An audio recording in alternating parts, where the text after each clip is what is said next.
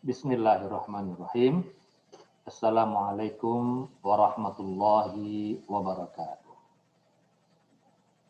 Alhamdulillah, berjumpa kembali kita pada sesi perkuliahan metodologi penelitian hadis.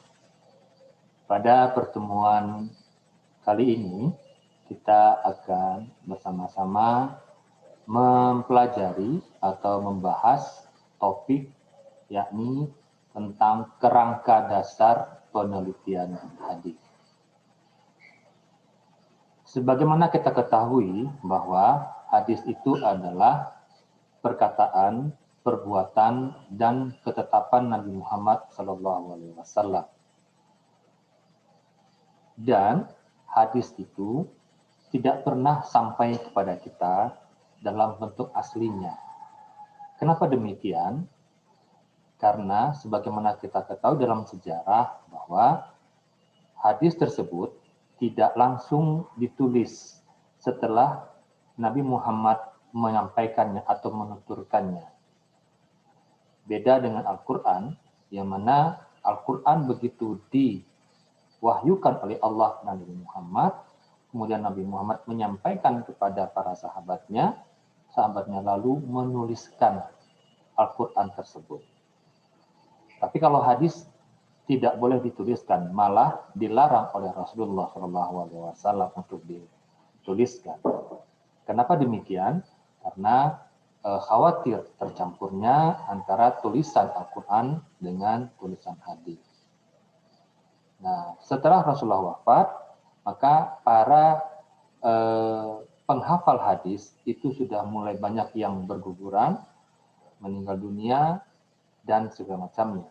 Maka khawatir daripada hilangnya hadis dari muka bumi ini, barulah dilaksanakan kodifikasi hadis. Dan itu baru terjadi pada abad kedua Hijriah. Artinya bahwa hadis itu sampai kepada kita saat ini itu tidak dalam bentuk yang aslinya sebagaimana apa adanya diucapkan oleh Rasulullah.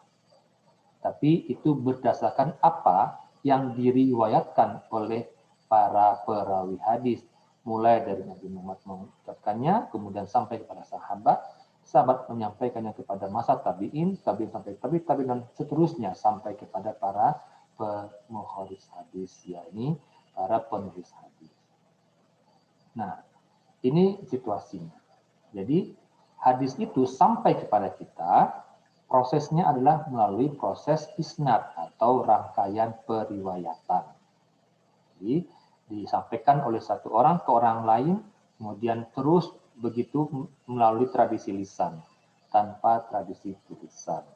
Yang namanya sesuatu yang disampaikan lisan, ada mungkin terjadi kesalahan. Ya. Nah, oleh karena itu, dengan kondisi yang seperti ini, maka benar tidaknya informasi tentang Nabi tersebut itu tergantung dari benar tidaknya isnad, benar tidaknya rangkaian periwayatan itu. Ya, tergantung dari benar tidaknya orang-orang yang menyampaikan riwayat tersebut. Berita yang disampaikan ataupun orang yang menyampaikan itu sangat menentukan apakah informasi tentang Nabi itu benar atau tidak. Ya. Kemudian yang satu lagi bahwa perlu kita ketahui apa yang terekam dalam teks, ya, dalam hal ini adalah teks hadis itu adalah sebuah kejadian masa lalu, ya, sesuatu yang terjadi pada masa lalu, pada masa Rasulullah SAW hidup. Maka diperlukan sekali yang namanya penelitian hadis. Ya, jadi sebuah hadis yang kita terima itu tidak serta-merta kita langsung percaya sebagai hadis Nabi. Itu perlu ada kegiatan yang namanya melakukan penelitian atau membuat yakin diri kita bahwa ini benar-benar hadis dari Nabi Muhammad Sallallahu Alaihi Wasallam. Maka disinilah penelitian hadis itu diperlukan. Nah, apa yang dimaksud dengan penelitian hadis? Ya, penelitian hadis itu adalah rangkaian penelitian terhadap hadis Nabi Muhammad SAW dengan menggunakan berbagai kaedah yang telah disusun oleh ulama hadis. Melakukan penelitian terhadap hadis Nabi. Ya, kaedah-kaedahnya itu adalah kaedah yang telah disusun oleh para ulama hadis. Nah, istilah lain dari penelitian hadis ini yang sering kita dengar adalah tahqiqul hadis. Ada juga disebut dengan naqdul hadis. Ya, ada juga disebut dengan kritik hadis. Ya, dalam bahasa Indonesia sering kita sebut dengan istilah kritik hadis. Ketiga istilah ini itu sama, yakni penelitian hadis. Tahqiqul hadis atau naqdul hadis atau dalam bahasa Indonesia disebut dengan kritik hadis. Nah, kritik kalau kita lihat secara bahasa itu berasal dari bahasa Yunani yang yaitu krits atau artinya seorang hakim, atau krimen berarti menghakimi, atau kriterion berarti dasar penghakiman. Ya.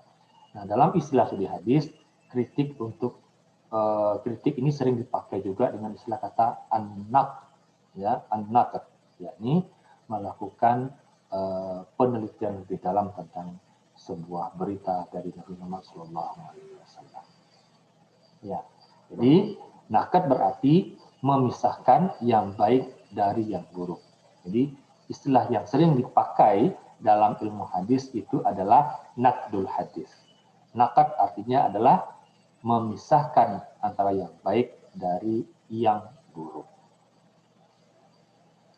Jadi, nah, penelitian hadis itu dilakukan bukan untuk meragukannya sebagai sumber ajaran Islam. Bukan ya. Kita meyakini bahwa hadis Nabi itu adalah sumber ajaran Islam setelah Al-Quran. Tapi kita melakukan penelitian hadis tujuannya adalah untuk membuktikan apakah hadis tersebut benar atau tidak berasal dari Nabi Muhammad SAW. Kenapa? Ya, agar jangan sampai kemudian kita menggunakan hadis-hadis yang ternyata itu bukan bersumber dari Nabi. Atau hadis yang dibuat-buat oleh orang lain. Istilahnya disebut dengan hadis palsu. Itu tujuan dari mengapa kita harus melakukan penelitian hadis. Jadi bukan untuk meragukan hadis itu sebagai sumber agama Islam, tapi untuk meyakinkan diri kita bahwa hadis yang kita terima itu benar-benar berasal dari Nabi Muhammad SAW. Nah, objek penelitian hadis itu adalah dua, yakni sanad, ya, sanad dan matan.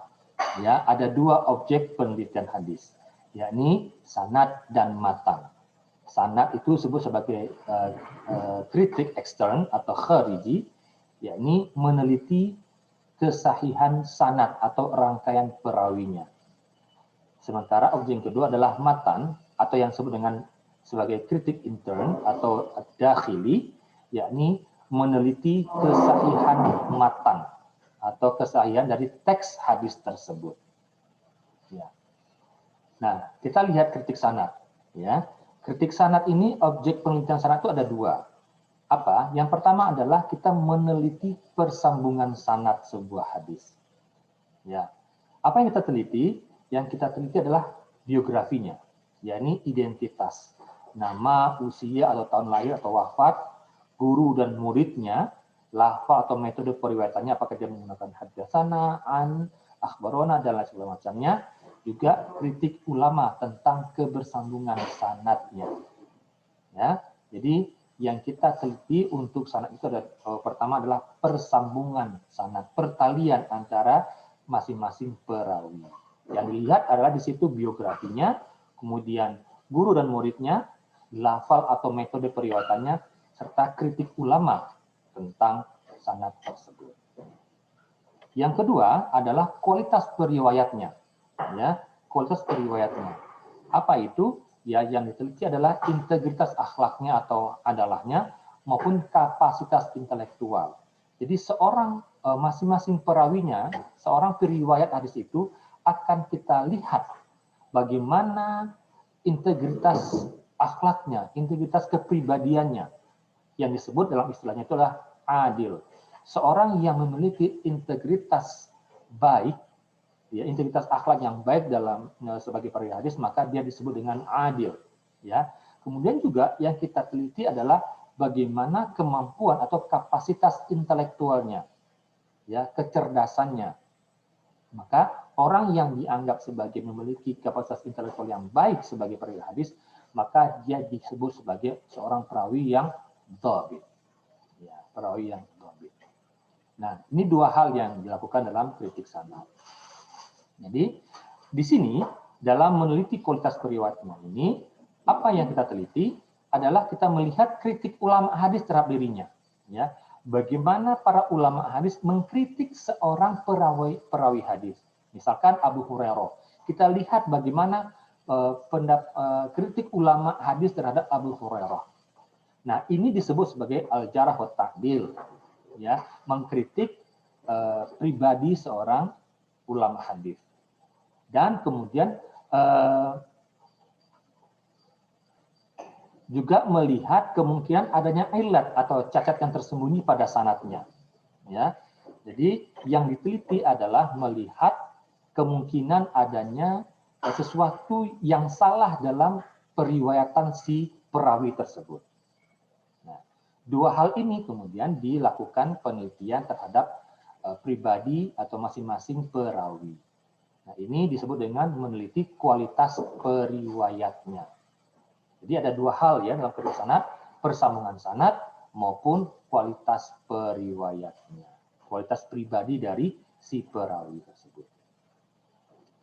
Adapun kritik matan, ya, jadi mengapa kita perlu melakukan penelitian matan? Ya, penelitian matan hadis itu tidak hanya karena keadaan matan tidak bisa dilepaskan dari pengaruh keadaan sanad, akan tetapi juga karena adanya periwayatan secara makna atau riwayah bil makna.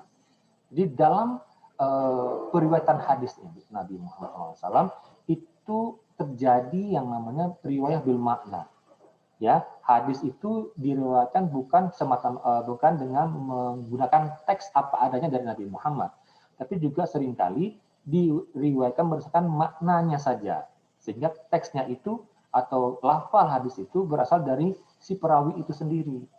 Nah, karena telah terjadi riwayat bil makna, maka ini perlu rasanya melakukan kritik terhadap matan, memastikan bahwa matan itu benar-benar adalah matan berasal dari Nabi Muhammad, meskipun dia berupa makna. Ya. Nah, acuannya adalah pada kaidah kesahihan matan. Ya, apa itu? Tidak terdapat syaz dan tidak berilat atau bercacat. Tidak ada kejanggalan dalam matan tersebut. Nah, kapan kita melakukan penelitian terhadap matan? Ini dilakukan setelah selesai melaksanakan penelitian terhadap sanad. Artinya, jikalau kemudian setelah melakukan penelitian sanad, ternyata sanadnya itu terindikasi sebagai sanad yang tidak dapat diterima, maka kita tidak perlu melanjutkan kepada kritik matan. Ya, jadi kritik matan itu dilakukan setelah penelitian terhadap sanad dilaksanakan dan dipastikan bahwa sanadnya itu adalah sanad yang makbul, yang dapat diterima. Nah, setelah kita melakukan kritik terhadap matan, sanad, kemudian matan, apa berikutnya? Berikutnya adalah melakukan pemahaman hadis. Ya, ini yang jauh lebih penting, ya, melakukan pemahaman terhadap hadis, mengambil makna atau fiqhul hadis.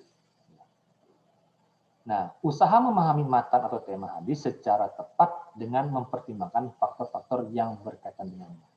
Jadi, apa itu pemahaman hadis? Ya, ini kita berusaha memahami matan atau tema hadis itu dengan cara apa? Mempertimbangkan faktor-faktor yang berkaitan dengannya, hal-hal yang berkaitan dengan matan hadis tersebut, dengan isi daripada hadis tersebut.